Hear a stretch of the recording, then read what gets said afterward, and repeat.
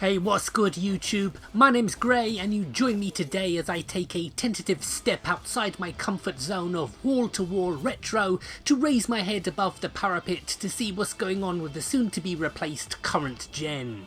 And the reason for this out-of-character behaviour is a new installment of a much-loved early 90s scrolling beat-em-up franchise. It is Streets of Rage 4. Now, truth be told, I was one of those negative Nellies that was dreading the release of this game. Altered Beast on PS2 was a slap in the face, and the less said about Golden Axe Beast Rider, the better. And as someone who remembers the fact that Sega tried to license Core Design's Fighting Force prior to its release to turn it into a 3D Streets of Rage, gives me night terrors to this very day. However, I'm here to tell you that Streets of Rage 4 is a triumph. Now, I know I'm a little late to this party, but I still wanted to have my say on what's perhaps the biggest reason for blowing the dust off my Xbox One recently, as the game is free on Xbox Game Pass. And on the subject of being late, like Atari said, I did the maths, and it's been 26 years since we last bare-knuckled with Mr. Big in Streets of Rage 3. I mean, bloody hell, you'd get less than that for murdering somebody. But as the saying goes, good things do indeed come to those who wait, because this isn't just a tickling of the nostalgia nerves. This game is a rock-hard old-school brawler that pretends the advancement of gameplay features of the last 2 decades never happened. There's no blocking, no dodge, your best form of defense is attack. And I'm pleased to report that the old muscle memory is still kicking, because I found myself more than once rolling back the years to when I could finesse the hardest games the Mega Drive had to offer. But make no mistake, this is a no one-sitting wonder.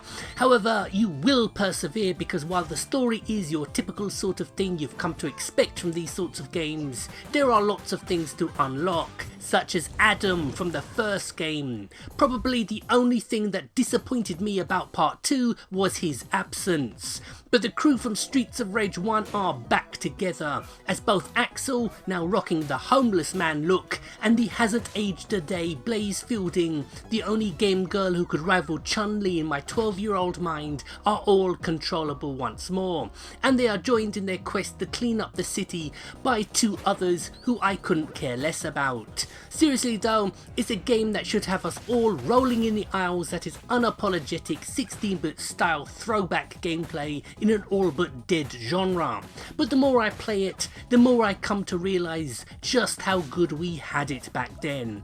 I've put more time into this than I have with anything on PS4 or Xbox One.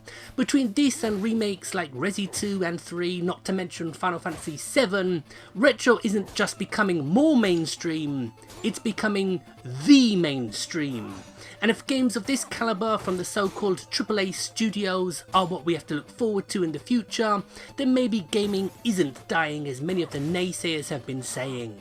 So anyway, I want to keep this video short and sweet, so I'll end it here. I just wanted to say, as a long-time Sega fanboy, what I thought of the long-awaited Streets of Rage 4.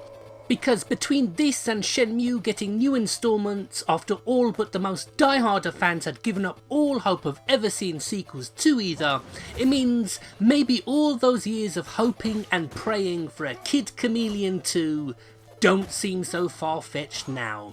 So my name's Gray, this has been Consoletronix. If you'd like to hear my thoughts on the previous games in the series, then there should be links on screen to my Streets of Rage retrospective video. So more videos up very soon. Thank you very much for watching, and goodbye.